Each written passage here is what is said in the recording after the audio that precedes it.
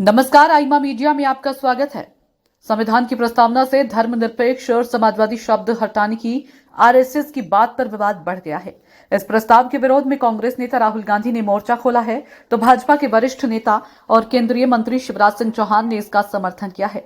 RSS के number 2 पदाधिकारी दत्तात्रेय होसबाले के दिए बयान का विरोध करते हुए लोकसभा में नेता प्रतिपक्ष राहुल गांधी ने शुक्रवार को कहा कि आरएसएस और भाजपा को संविधान नहीं, मनुस्मृति चाहिए। राहुल गांधी ने आरएसएस पर हमला बोलते हुए यह भी कहा कि संविधान इन्हें चुभता है क्योंकि वो समानता, धर्मनिरपेक्षता और न्याय की बात करता है। इससे पहले होसबाले ने 26 जून को दिल्ली में हुए आपातकाल के 50 साल कार्यक्रम में कहा था, मूल संविधान में धर्मनिरपेक्षता और समाजवादी शब्द नहीं थे। इमरजेंसी के समय देश में संसद और न्यायपालिका दोनों काम नहीं कर रही थी। इस दौरान इन दो शब्दों को जोड़ दिया गया। ये शब्द रहें या नहीं, इस पर बहस होनी चाहिए।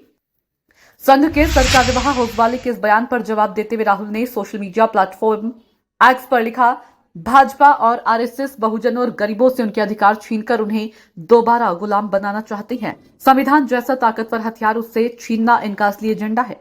होसबाले ने गुरुवार को दिल्ली में कार्यक्रम में कांग्रेस के राहुल गांधी का नाम लिए बिना कहा था, इमरजेंसी के समय संविधान की हत्या की गई थी और न्यायपालिका की स्वतंत्रता खत्म कर दी गई थी। इमरजेंसी के दौरान 1 लाख से ज्यादा लोगों को जेल में डाला गया, 250 से ज्यादा पत्रकारों को कैद किया गया, 60 लाख लोगों की जबरन नसबंदी करवाई गई। अगर ये काम उनके पूर्वजों ने किया था तो उनके नाम पर माफी मांगनी चाहिए। शुक्रवार को इस विवाद में केंद्रीय कृषि मंत्री शिवराज सिंह चौहान भी शामिल हो गए।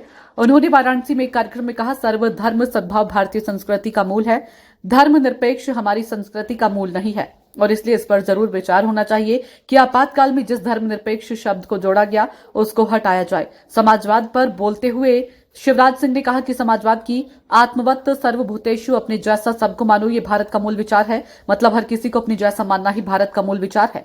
गौरतलब है कि धर्मनिरपेक्षता और समाजवादी शब्द 1976 में 42वें संशोधन के जरिए शामिल किए गए थे। इस दौरान देश में आपातकाल था। तत्कालीन प्रधानमंत्री इंदिरा गांधी ने 25 जून 1975 की आधी रात को देश में आपातकाल की घोषणा की थी।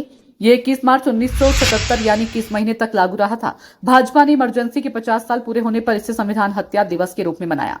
आईमा मीडिया को अगर आप यूट्यूब पर देख रहे हैं तो सब्सक्राइब करें, फेसबुक या अन्य सोशल मीडिया प्लेटफॉर्म पर देख रहे हैं तो फॉलो करें।